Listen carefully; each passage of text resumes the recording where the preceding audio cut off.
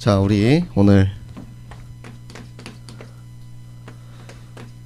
자, 이번 주 여러분들이 잘 아는 요 얘기 한번 해볼까요? 인터넷에 또 미투가 폭로가 되었죠. 네, K 배우. 자, 누군지 모르는 사람 한번 손 들어봅시다. 조혜준 말고는 모르는 사람이 없네요. 네. 요즘 이제 개말 차차차로 흥행 배우로 올라선 김선호가 미투에 폭로가 되어서 난리가 났었죠. 근데 뭐 이 사건이 터지고 나서 여러가지 이제 커뮤니티에 글들이 올라와요. 원래 김선호가 인성이 나빴다. 원래부터 막 사람들한테 되게 폭력적이었다. 이런 글들도 올라오고, 누군가는 이제 실드를 쳐주죠. 아니다. 원래 그런 사람이 아니다. 너무 착하고 내가 아는데 진짜 이 사람 괜찮은 사람이다. 근데 이제 이 사건만 놓고 보면, 왜냐면 그게 어떤 게 사실인지 검증이 되지 않았기 때문에 그건 제가 얘기하지 않겠습니다. 이 사건만 놓고 보면 이 배우가 너무 착하게 생겼어요. 너무 선한 사람인 것 같고 역할도 그렇고. 그런데 이 배우가 이제 자기의 여자친구를 임신시키고, 그 여자친구가 몸이 안 좋아서 이번에 낙태를 하게 되면 다시는 임신을 하지 못하는 상황이라고까지 얘기를 했는데도 내 앞날을 위해서 아기를 지워라 라고 얘기를 한 다음에 결국에는 결별을 선언했죠. 자기가 결혼할 것처럼 그렇게 얘기를 해놓고 이별을 이렇게 한 거예요, 결국에. 그리고 나서 이 미투를 한 여자가, 이 배우가 그렇게 오랫동안 무명 기간에 있다가 이제서야 이제 성공하고 떴는데 바로 꼭대기 자리에 올라갔을 때 미투를 터뜨렸죠. 완전히 그냥 바닥까지 떨어지는 데는 한순간이었습니다. 제가 여러분들한테 오늘 사실 하고 싶은 거는 이거예요.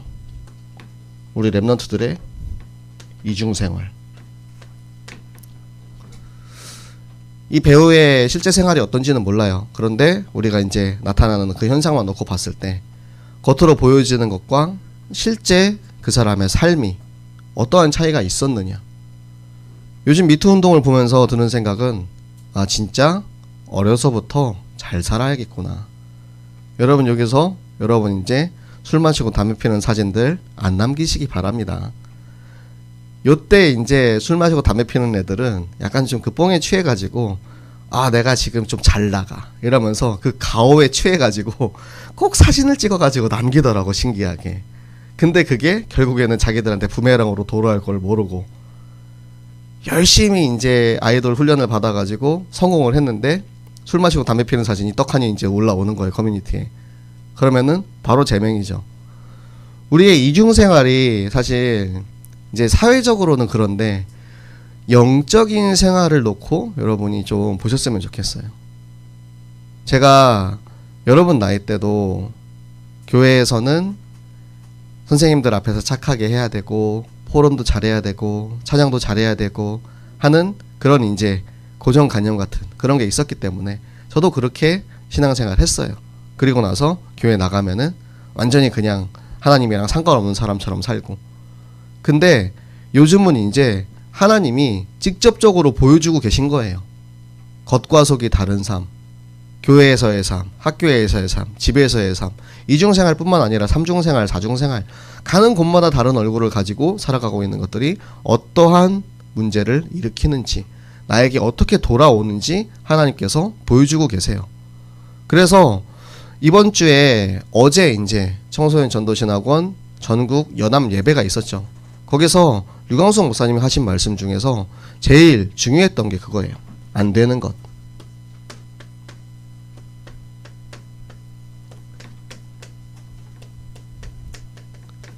안 되는 것을 먼저 찾으라고 하셨어요. 안 되는 것이 무엇인지, 문제가 무엇인지를 먼저 찾으면 그 다음부터는 그것에 대한 답이 보인다. 거기에 우리 이제 이번 주가 아니죠. 지난주 3부 예배 때 목사님께서 주신 말씀이 랩런트 교육 시스템, 오력에 대한 말씀을 주셨는데요. 우리 요거 같이 한번 보도록 하겠습니다. 우리 누가복음 2장 52절 말씀 함께 볼게요. 우리 여러분들 너무나도 다 잘 아는 말씀입니다. 여러분 어렸을 때부터 많이 들어왔던 말씀이고 우리가 딱 보면은 아 하는 그런 말씀이에요. 누가복음 2장 52절 말씀. 신약성경 91쪽에 있습니다. 누가복음 2장 52절의 말씀. 자, 우리 한 목소리로 같이 읽도록 하겠습니다.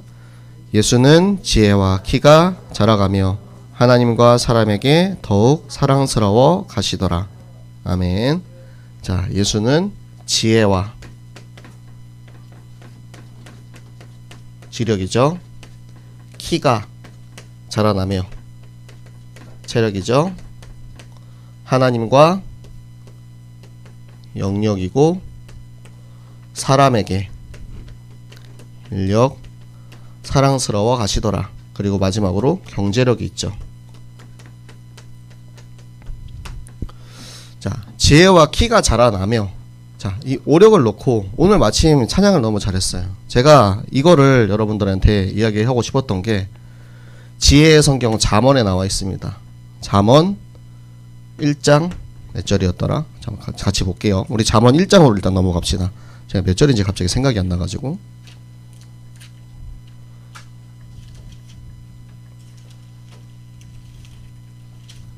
잠언 1장 7절입니다. 잠언 1장 7절, 우리 구약성경 911쪽에 있습니다.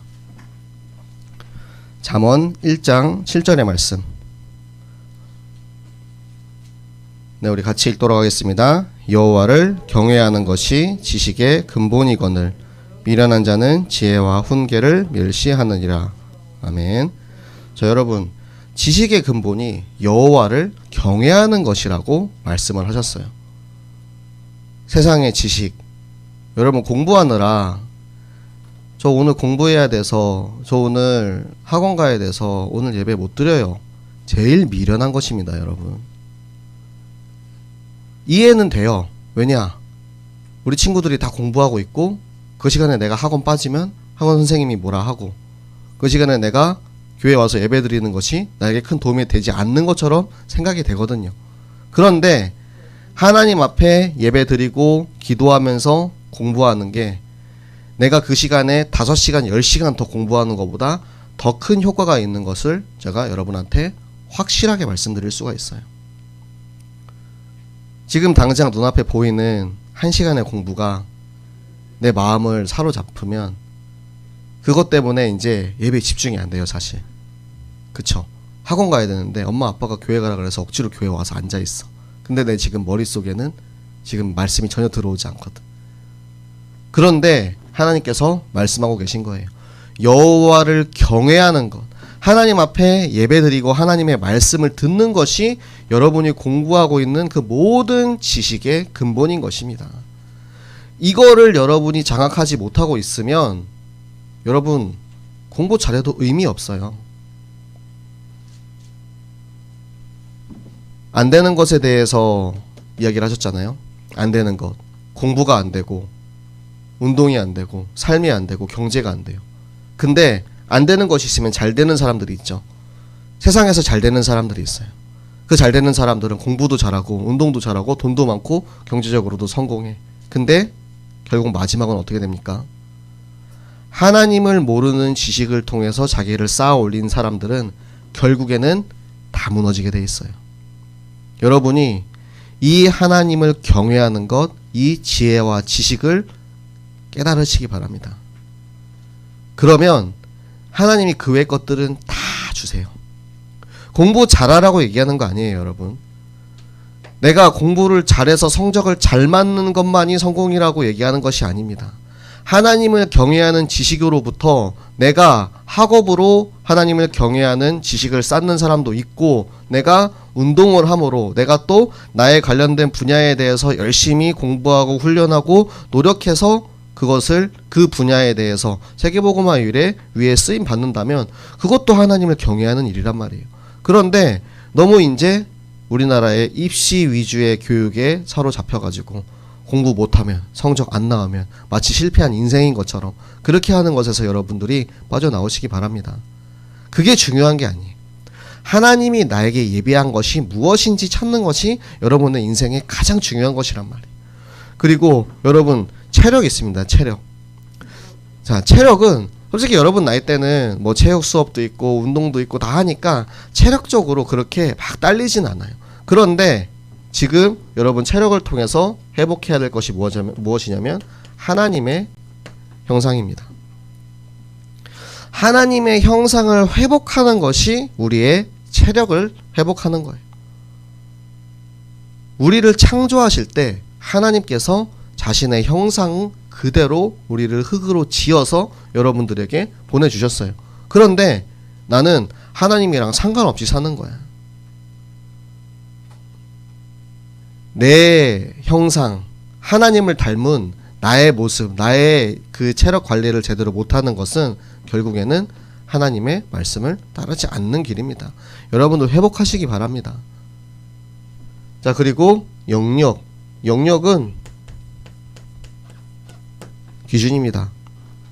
여러분들 하나님의 말씀 가진 기준 가진 렘넌트가 말씀의 기준 위에 딱 서게 되면 그 기준 위에 하나님이 다 책임지시고 끌어가시는 거예요. 인력은 무엇이냐?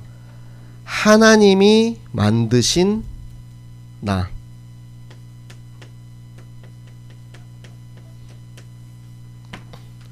나는 하나님의 사람이잖아요.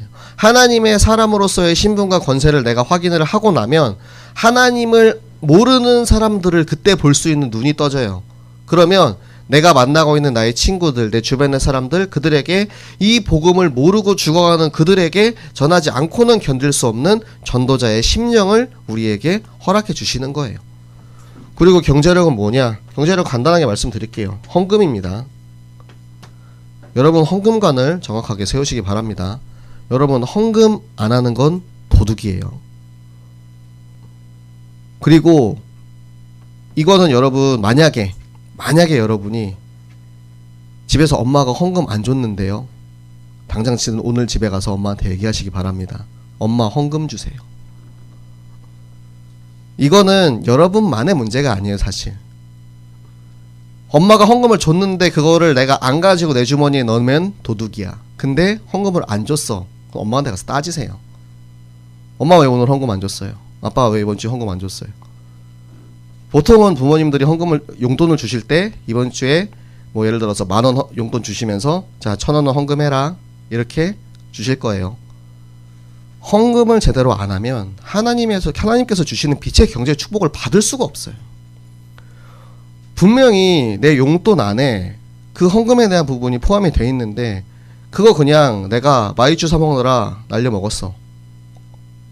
내 뱃속은 부유하겠죠. 근데 경제적으로는 절대 부유할 수가 없습니다. 여러분 나이 때부터 헌금관이 제대로 잡혀야 돼요. 여러분 11조 10,000원 11조 못하는 사람이 나중에 100만원 11조 할 수 있겠습니까? 100만원 11조를 할 수 있는 그릇이 있는 사람한테 하나님이 1,000만원 주시는 거예요. 내가 100억을 하나님 앞에 기쁨으로 드릴 수 있는 사람한테 하나님이 1,000억을 주신다고요.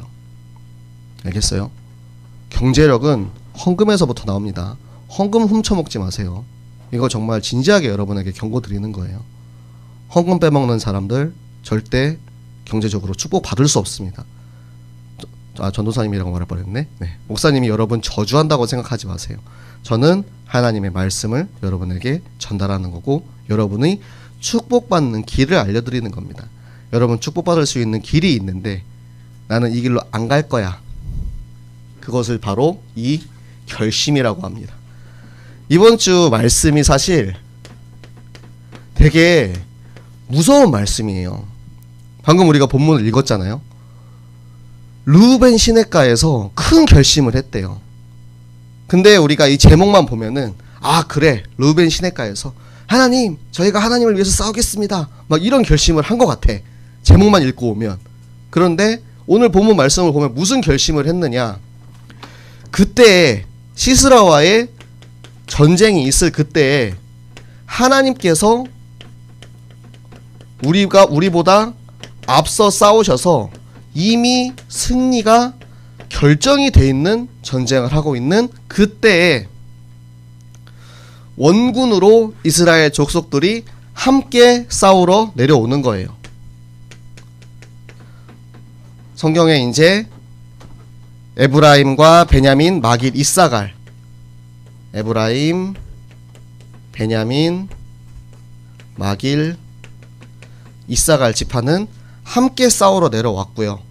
근데 르우벤 지파를 비롯한 몇 지파들이 결심을 하는 거예요. 나는 같이 싸우지 않겠다고. 나는 우리 집, 편안한 내 지파 그곳에서 편하게 있을 거야.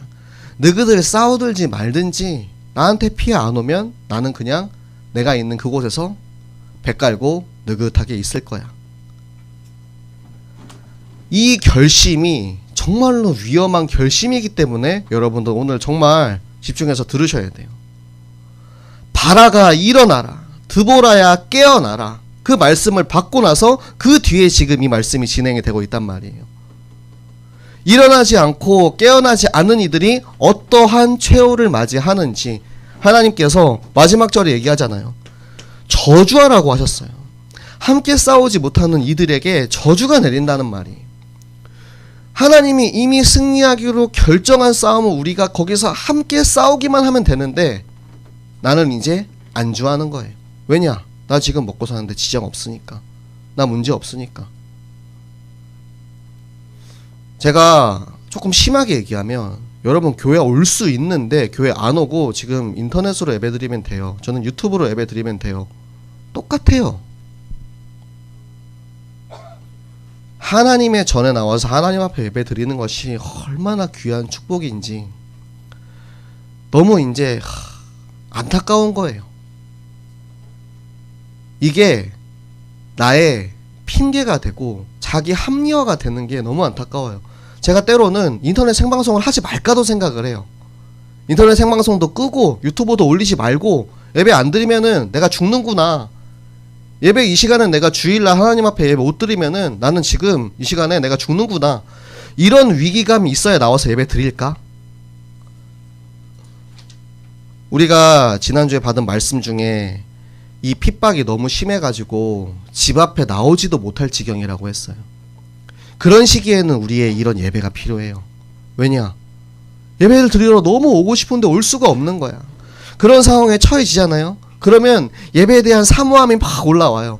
지금 당장 지금 집 앞에 나갈 수도 없어. 나가기만 하면은 붙잡혀 가가지고 막 핍박당하고 고문당하고 하니까 그럴 때는 우리가 이제 시공간을 초월하느니 유튜브를 통해서 인터넷을 통해서 예배 드릴 수 있단 말이에요.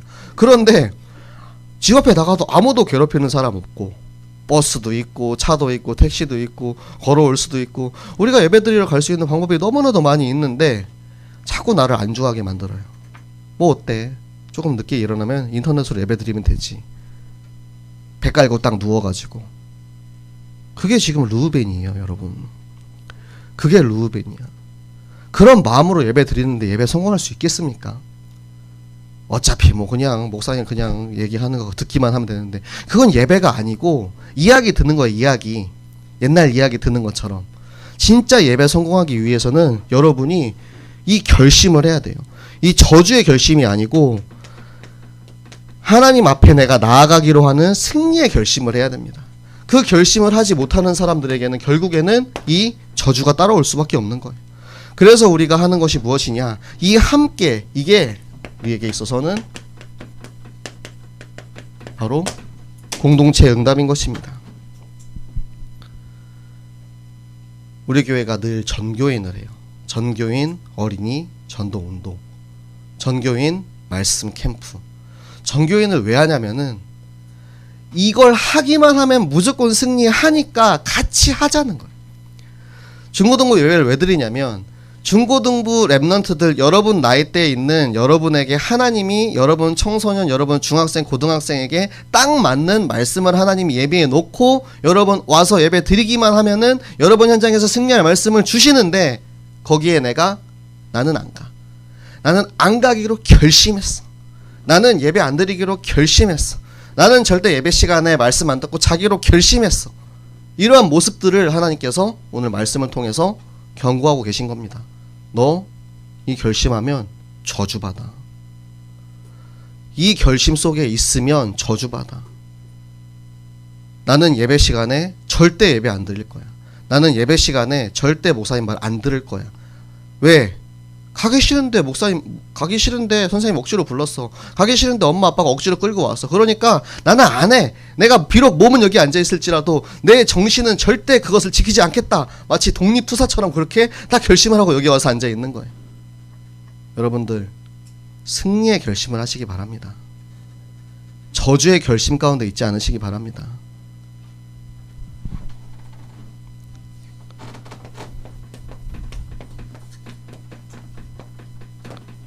마지막으로 나의 결심을 찾으세요. 나의 결심을 찾아야 되는 이유가 무엇이냐? 나의 안 되는 것을, 나의 문제를 찾고, 내가 안 되는 오력이, 나는 지혜가 안 닿는 것 같아요. 나는 체력이 안 되는 것 같아요. 나는 인력이, 나는 하나님 왜 나는 이렇게 헌금하는 게 아깝죠? 나는 왜 이렇게 하나님 앞에 드리는 게 아깝죠?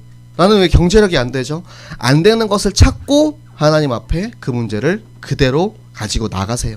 그러면 하나님이 그 결심을 통해서 나의 안 되는 것이, 나의 문제가, 나의 위기가 오히려 기회요, 응답인 것을 발견하게 하실 줄로 믿습니다. 우리 모든 렘넌트들, 우리 모든 선생님들, 진짜 여러분이 하나님의 말씀 가진 약속의 자녀로서 예배 성공하시기 바랍니다. 그래서 우리 중고등부 전부 다 한 명도 빠짐없이 모두가 공동체 돼서 전교인, 전 중고등부가 진짜 이 하나님의 약속, 하나님의 축복을 누리는 그런 삶이 되시기를 예수 그리스도 이름으로 부탁을 드립니다.